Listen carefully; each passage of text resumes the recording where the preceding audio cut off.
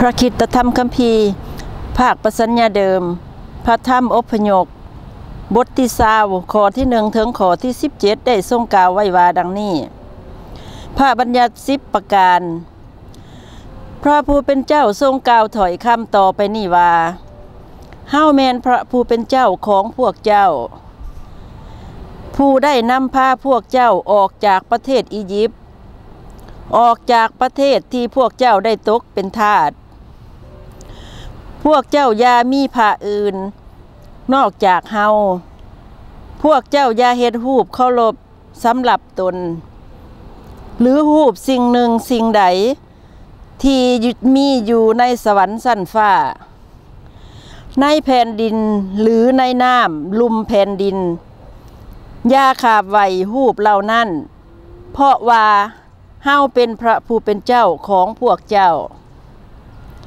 และเป็นพระผู้เป็นเจ้าหวงแหนพวกเจ้า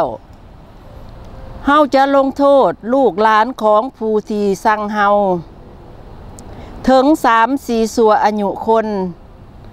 แต่จะแสดงความหักมั่นคงต่อผู้ที่หักเฮา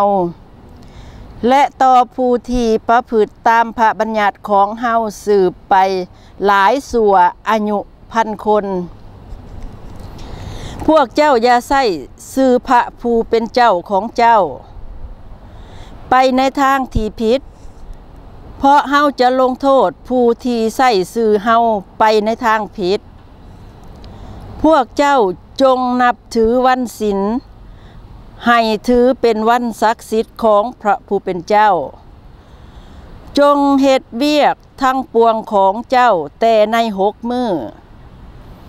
แต่มื้อถวน7ให้ถือเป็นวันศักดิ์สิทธิ์ของพระผู้เป็นเจ้าของเจ้าในมื้อนี้ให้เจ้าเองพร้อมด้วยลูกชายหญิงข่อยทาสและสัตว์เลี้ยงของพวกเจ้า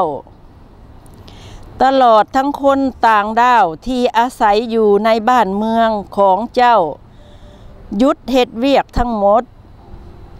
ใน6 มื้อนั้นพระผู้เป็นเจ้าได้ทรงสร้างสวรรค์ชั้นฟ้าแผ่นดินโลกทะเลและสิ่งสารพัดที่มีอยู่ใน3 แห่งนี้แต่ในมื้อถวน7พระองค์ได้หยุดพักด้วยเหตุนี้พระผู้เป็นเจ้าจึงได้อวยพรให้มื้อถวน7เป็นวันศีลบริสุทธิ์สำหรับพระองค์จงนับถือบิดามารดาของเจ้าเพื่อเจ้าจะมีอายุมั่นยืนอยู่ในแผ่นดินที่พระผู้เป็นเจ้าของเจ้าได้มอบให้พวกเจ้าอย่าฆ่าคนอย่าล่วงเกินผัวเมียผู้อื่นอย่าลักทรัพย์อย่าเป็นพยานเท็จใส่ร้ายเพื่อนบ้านของตนอย่าอิจฉาอยากได้เฮือนของผู้อื่นอย่าอิจฉาอยากได้ผัวหรือเมียอยากได้ข่อยทาสอยากได้งัวควายอยากได้ล้อหรือสิ่งอื่นๆใดที่เป็นของคนอื่น